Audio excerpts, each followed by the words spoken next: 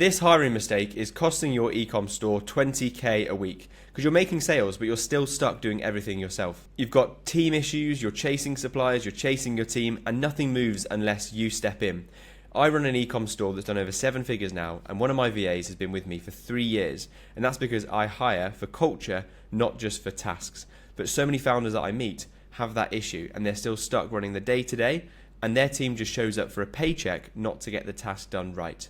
So in this video, I'll show you how to avoid that and build a team that actually cares. So let me walk you through it on this Miro board now, because this is a problem I see too many ecom founders have, especially when they start getting sales through.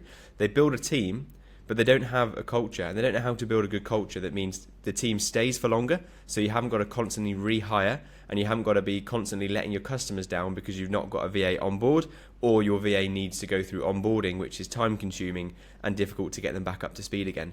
So it means that you're scaling, but you're still having these team issues, you're chasing updates, and you're just hiring people that simply want to turn up, get a paycheck, do the tasks, and they don't care how it goes, and really they're just going to do the bare minimum for you if you don't hire a team that has the right culture in place.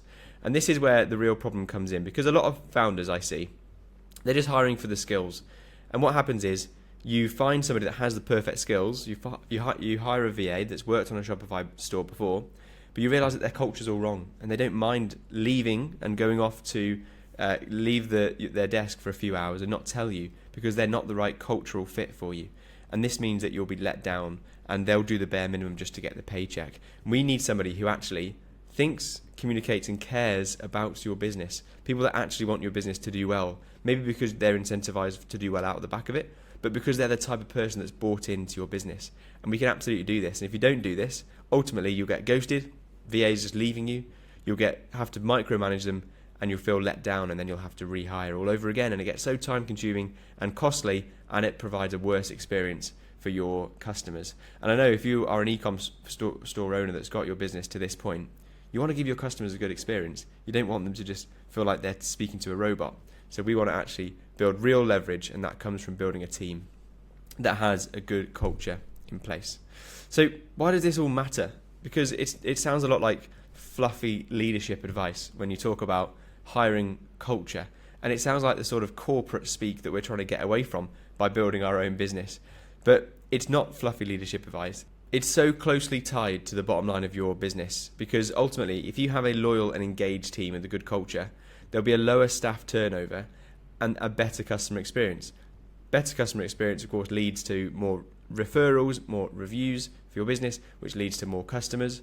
And if you've got a lower staff turnover, it means you can continue spending your time on what scales the business rather than having to hire and onboard and train people over and over again. So we want to build a business that doesn't break when you take a day off.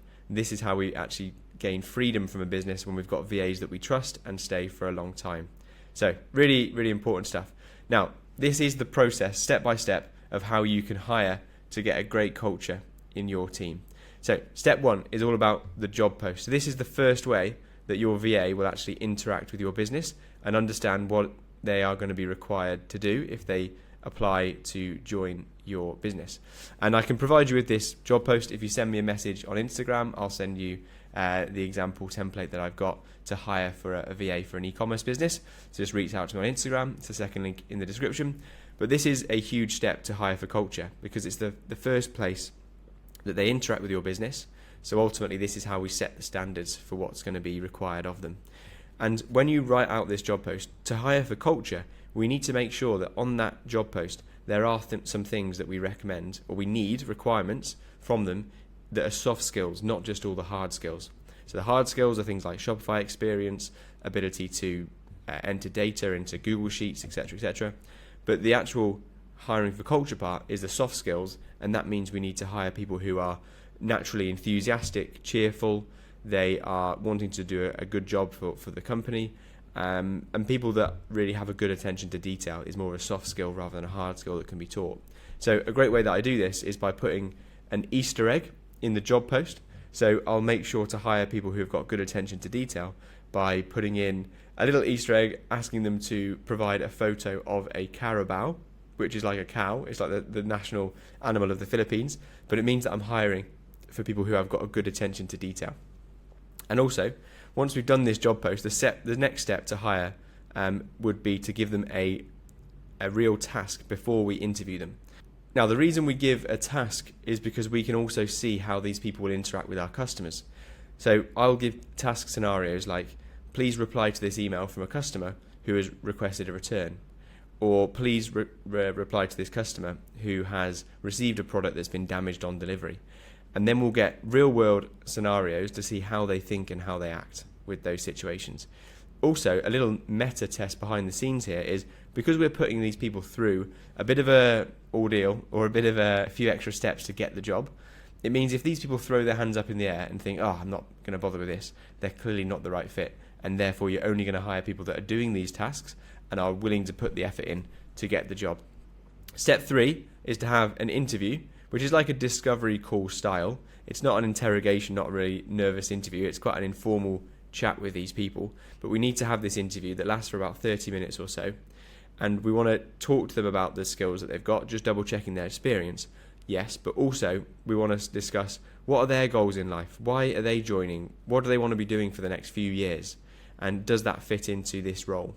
And find out what they're like. And by getting on a call with somebody, asking them a bit of questions about their personal life, you'll start to get their personality come across, and you'll understand, are they a good fit for somebody that you want to work with? Because it's important that you get on with these people. You'll be speaking with them every day, most likely, or at least every week while they're running your business for you. So step 4 then is to have an onboarding call with them, have an SOP, welcome them in, and on that sheet that we go through, like an onboarding sheet, and I'll maybe have a presentation that I'll go through with them on the first day. We want to make sure, as part of that, we're going to talk about what it means to work for this company and why you're working for this company and what mission we're on. We want to get them bought into the fact that we are a company that likes to do things right, rather than a company that just wants to turn up and get a paycheck. So really get that across. Step 5 then is to give them ownership early. This is a big mistake that I made when I hire my VAs, is that I was trying to handhold them for way too long. I thought it was the right thing to do to ask them to just do little bits of tasks each day and me oversee everything that they were doing. So on the first day, I'd get them to start going through the inbox, draft the replies and get me to check them. And then I wanted them to do that the same with the live chat and tell me about how they were going to respond. Then I wanted to do that about the order fulfillment and just start it, even though all the SOPs were laid out for them already to follow and there was videos, instructions. And what I didn't realise is VAs want to get on with the job. They want to do a great job. They want to impress you. And if you're just holding their hand and trying to micromanage every task, you don't allow them to own IQ, use their own ability to impress you. And I think actually quite early on, give them ownership. Show them that you trust them in the role that you're getting them to do, and just ask them to feedback to you what they're doing and manage them in that way, rather than telling them that they need to go through you for everything. And that's how we bring on a VA that has incredible culture. Now, these are mistakes to avoid. As you go through that process and you start hiring for a great culture, these are things that a lot of people fall into. So the first thing is you hire them, you onboard them, and then you just let them go. And you never check back in with them again. And this is like, imagine you marry somebody or you get in a relationship with somebody, and once you're married, you decide, that's it, I'm never going to check in with this person again. I'm never going to speak to them again because we're married now, and we'll be a great partnership together. It's very similar with employees. It's an ongoing relationship that we need to manage and nurture. And if you don't constantly remind them of the standards that you want to set as a business and work with them and chat with them, then you're not going to be able to keep that culture in place. Next thing, big mistake people make as well, is they're just purely hiring for skills. They just view these people like robots, and do they have the skills that they need? But these people are not like robots, because they will just leave if you don't hire for the right attitude. Next thing as well is no SOPs in place when you first bring them on board. So if you hire somebody, you've done it all right, you've got an A player on board, but when they come in to do the work, there's nothing for them to follow, no instructions, then they'll just be confused. They'll make mistakes, and then that will bring friction between you and the VA if they're making mistakes and if they're confused and they don't know when to ask. It's quite common in Filipino culture to not want to rock the boat too much. They don't want to ask too many questions. And so I think you've got to get across to them that you want questions to be asked, and you want them to tell you if they're confused, but you need to give them lots of instructions as well so that they're not naturally confused, and that's going to give you a much better relationship with that VA. And yeah, another big mistake is having no onboarding process, hiring a VA and then saying, here we go, here's my inbox, go for it. And really, you're just overwhelming a VA if you're going to do that, and they're going to feel really overwhelmed. They just start guessing how to do things. They'll probably end up doing things in a way that you don't want them to do it, and then you'll have the awkward conversations about the fact that it's not quite right. So avoid these mistakes, follow the step-by-step process that I've mentioned there, and you'll have VAs on board that are going to change your business, allow you to move away from your business and allow your business to scale more quickly. So ultimately, I know that really you want to now build a team that frees you from the day-to-day running of your business. So follow this process and you'll see for yourself the culture that you'll build and the business that you'll build because of it. If you want my help further, as well as this video, to actually help you build a team, then message me on Instagram and I can send you across resources that I use to build my team with the right culture. I can send you my resources for how to hire and how to onboard people. More than happy to help you if you just send me a message on Instagram. And also if you want to chat about these things as well and work out how we can do this in your business, then the first link in the description is for you to book in a call. So it'd be great to chat about how we can implement this in your business as well. So with that said, hope you've enjoyed the video today. Subscribe if you have, and I'll catch you in the next video.